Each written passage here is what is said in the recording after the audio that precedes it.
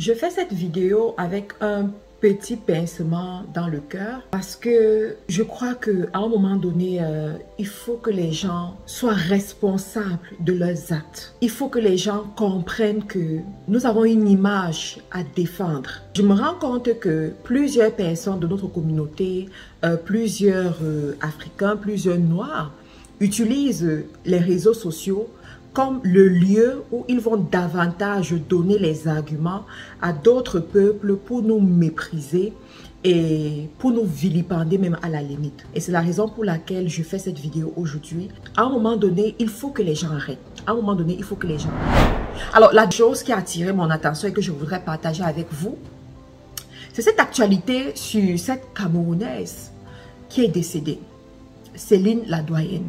Quand j'ai regardé encore les images, je me suis rendu compte que j'étais déjà allée manger dans le restaurant de cette dame, accompagnée par un groupe de femmes, lorsque j'étais allée une fois à une conférence à Paris. Et j'avais beaucoup aimé l'accueil qu'on nous avait donné. Je me rappelle, cette dame elle-même, elle était venue nous accueillir, voilà, et tout ça. Et on était très contente. On avait dansé, voilà, j'avais esquissé quelques pas de danse et j'étais très contente. Quand j'ai vu cette actualité, et que j'ai en plus compris que la dame, elle est morte empoisonnée dans son pays d'origine, alors qu'elle venait pour ouvrir un restaurant dans son pays d'origine, j'étais écœurée, j'étais abasourdie, j'étais dépassée. Je me suis demandé, mais jusqu'où les gens sont prêts à aller?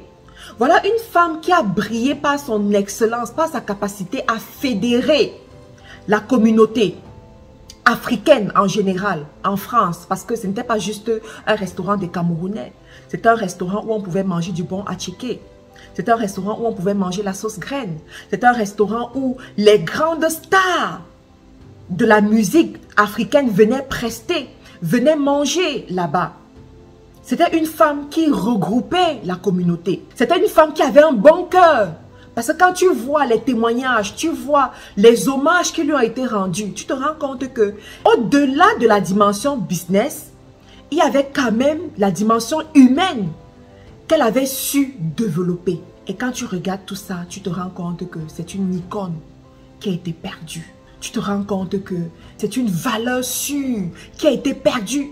Mais ce qui me fait le plus mal, c'est comment est-ce qu'on l'a perdue? Par empoisonnement. Et en plus, dans son pays d'origine, my God, oh my God, ça dit, je sens des frictions.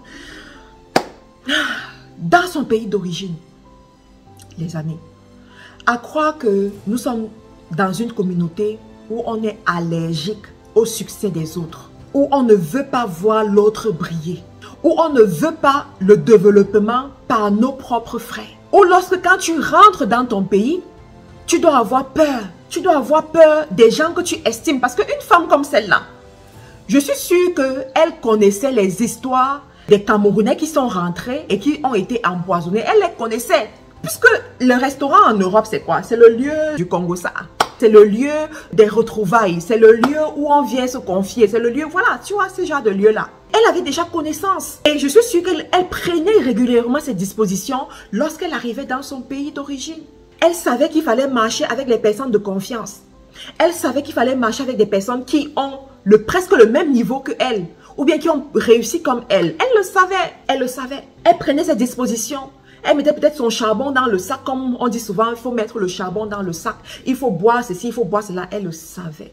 Sauf que lorsque l'être humain est foncièrement méchant, lorsque l'être humain veut te détruire, lorsque l'être humain veut ta peau, cet être humain est prêt à faire même ce que tu n'imagines pas. Cet être humain est prêt à t'abattre lorsque tu n'imagines même pas. Et c'est ce qui est arrivé à notre sœur Céline la Doyenne. Je suis sûre que l'idée d'aller même en boîte de nuit, ce n'était pas son idée. C'était l'idée d'une personne autour d'elle qui a dit « Oui, allons, allons, allons et tout. On va te soulever jusqu'au ciel. » Maman millionnaire, maman milliardaire. Maman en restaurant. C'est-à-dire que quand tu arrives en Afrique, il faut faire très attention à ce qu'on appelle les atalakou. Il faut faire très attention aux éloges et à ceux qui brillent par leur capacité à te faire les éloges à temps et à contre-temps. Parce que très souvent, ces gens ont d'autres intentions. Très souvent, ces gens veulent t'amener à faire quelque chose sans que tu ne t'en rendes compte. Et lorsque tu es face aux conséquences, à ce moment que tu te rends compte que, mais, what I am doing, qu'est-ce qui se passe, what is going on? Oui, les amis, c'est très souvent ce qui se passe. La pauvre dame est allée en boîte de nuit, sauf que le lendemain, c'était l'ombre d'elle-même. Le lendemain, on la retrouve morte. Vous voyez? Lorsqu'on partage ce genre d'informations sur Internet, les amis, vous pensez que les autres communautés nous considèrent comment? Je me rappelle une fois que je suis arrivée ici au Canada, je suis allée dans un groupe voilà, où il y avait d'autres nationalités. Et quand je me suis présentée comme étant camerounaise, il y a une dame, séance tenante, qui m'a directement arrêtée, qui m'a dit, tu dis tu es camerounaise? Je dis oui. Elle me dit, ce qu'on raconte sur le Cameroun, sur les réseaux sociaux, que les gens meurent par empoisonnement, c'est vrai ou c'est juste une histoire qu'on raconte pour le buzz? J'ai baissé la tête. J'étais triste. J'avais honte. Au-delà de la tristesse, j'avais surtout honte. Mais j'étais obligée de lui dire la vérité. Et de lui dire que c'est vrai. C'est malheureusement vrai. Malheureusement pour moi, je viens d'un pays qui de plus en plus est en train de briller sur la place publique par ce genre de choses. J'ai eu honte. Et directement, toutes les autres personnes qui étaient autour, puisque c'était la première fois qu'ils me voyaient, je suis sûre qu'aujourd'hui, quand ils me voient, ils se disent dans leur cœur que celle-là vient du pays où on empoisonne les gens. Je me rappelle, il y a des années, aujourd'hui, quand tu allais quelque part et que tu disais que tu étais Camerounais, on disait c'est le pays de Roger Mila, c'est le pays de Samuel Eto'o. C'est-à-dire, on te valorisait juste parce que tu viens du pays de Roger Mila. Mais aujourd'hui, on a peur de toi parce que tu viens du pays où on empoisonne les gens. Aujourd'hui, on dit parce qu'on dit tu viens du pays où on empoisonne les gens. Les amis, faisons très attention. Faisons très attention. Faisons très attention. Je suis écœurée, je suis choquée avec tout ceci. Si ma petite voix peut toucher certaines personnes, les amener à s'ajuster, les amener à comprendre qu'il y a plus grand que ça, il y a plus important que ça, je serai contente. Je serai heureuse. D'accord? Donc, faisons très attention. Donc, voilà les amis, ce que j'avais à partager avec vous aujourd'hui. C'est vrai que je ne fais pas souvent ce genre de vidéos, mais voilà. Donc, pour ceux-là qui veulent me contacter, qui veulent prendre un rendez-vous avec moi, toutes les informations sont dans la description de la vidéo. En ce moment, nous faisons une formation e-commerce. Donc, si vous voulez vous inscrire pour la formation e-commerce, toutes les informations sont dans la description de la vidéo. Pour ceux-là aussi qui veulent se former en community management dans nos académies à Douala, Yaoundé, Libreville, Abidjan, c'est également possible.